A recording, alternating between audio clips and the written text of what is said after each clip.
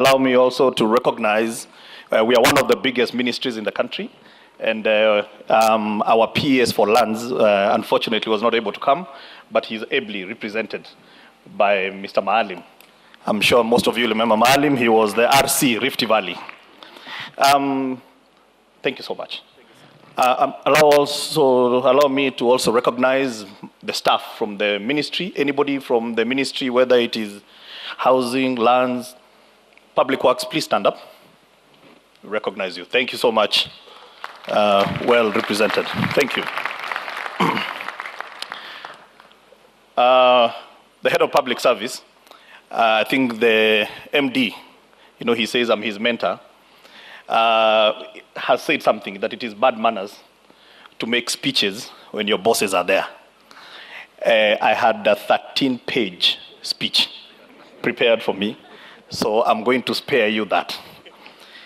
And just allow me to say that this country of ours, when God thought about this great country of Kenya, in his own wisdom, he did not bequeath us with a lot of resources. We don't have gold, we don't have platinum, and many other resources that other countries say they have. But in his own wisdom, when he tucked us into this corner of East Africa, he gave us one thing which is a great resource: we, the people. And I want to tell you, and sometimes when you open the papers and watch the news, you may think that we are a country at war. But I love our noisy democracy. The head of public service, this country of ours punches way above its weight. I can attest to that. And you don't have to go to too many places. We've just come, our head of the nation has just come from a very successful tour in the US, a feat that has not been given to many countries. And why am I saying this, the head of public service?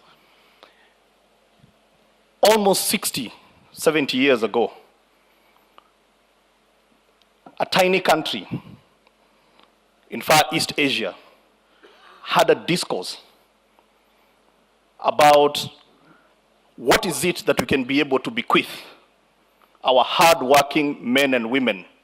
And they determined that it is untenable for you to toil and work hard and you retire in poverty. And they had a conversation like we are having today.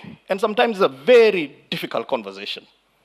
And they determined that for as long as you work, you're willing to put in a shift, you will have a decent roof over your head, you will have the best medical care, and you're going to have the best education, and you will retire in dignity.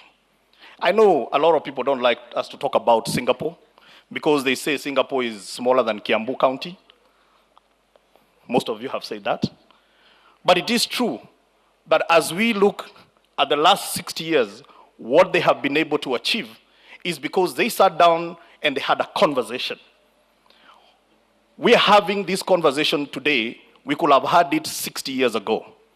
But I am glad that the next 60, 70 years, that generation is going to look back and they're going to say that there was a team that was on a mission and they decided that it is not fair for you to work hard and to go sleep in a shanty. That is untenable, where 70% of our urban population lives in a house that is not decent. You pay to use a toilet, they pay 172% more for water, they pay 49% more for electricity. It is not fair. And I know it is a difficult conversation. The only thing that we want to say is that with National Housing Corporation, with the national government, and now with the National Housing Board, we will deliver on this mandate. You can trust that your money is safe and that in this country, as long as you're willing to work and put in a decent shift, you will have a decent roof over your head. That is a promise that we intend to keep. The ship has already taken off, And I can tell you, as of today, we have close to 103,000 units under construction and others under contracting. So we are moving together. The conversation will soon change. That you can get a decent house for 3,000 shillings, a house that you will own.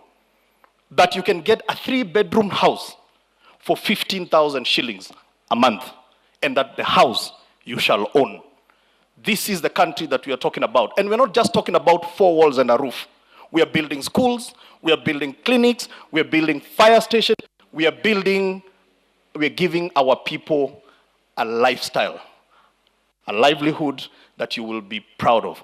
Thank you so much for the sacrifices that you are making. We don't take it for granted, but we thank you for the sacrifices, and we'd like to tell you that we shall not let you down. Lastly, we are glad to have our team from Eswatini, the kingdom.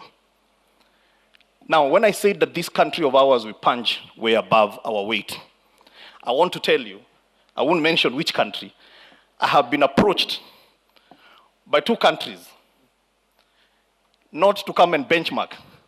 They're asking me to go there and implement this program. Let me tell you, the world is watching, and sooner than later, everybody will be coming here in Kenya. The affordable housing agenda is not a problem for our country. It's a major urban issue globally. We are one of the few countries in the world that has figured out, we have a plan, and we are moving on. So thank you so much. God bless you. It is now my great pleasure and honor. Okay. All right.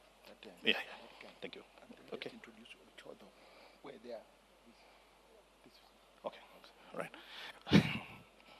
All right. All right. Before I invite my CS, I'd like to invite my vice chair of the parliamentary committee, Honorable Rindikiri. He has another name, Moroidania, and Mugambi, to come and just say congratulations to NHC as well.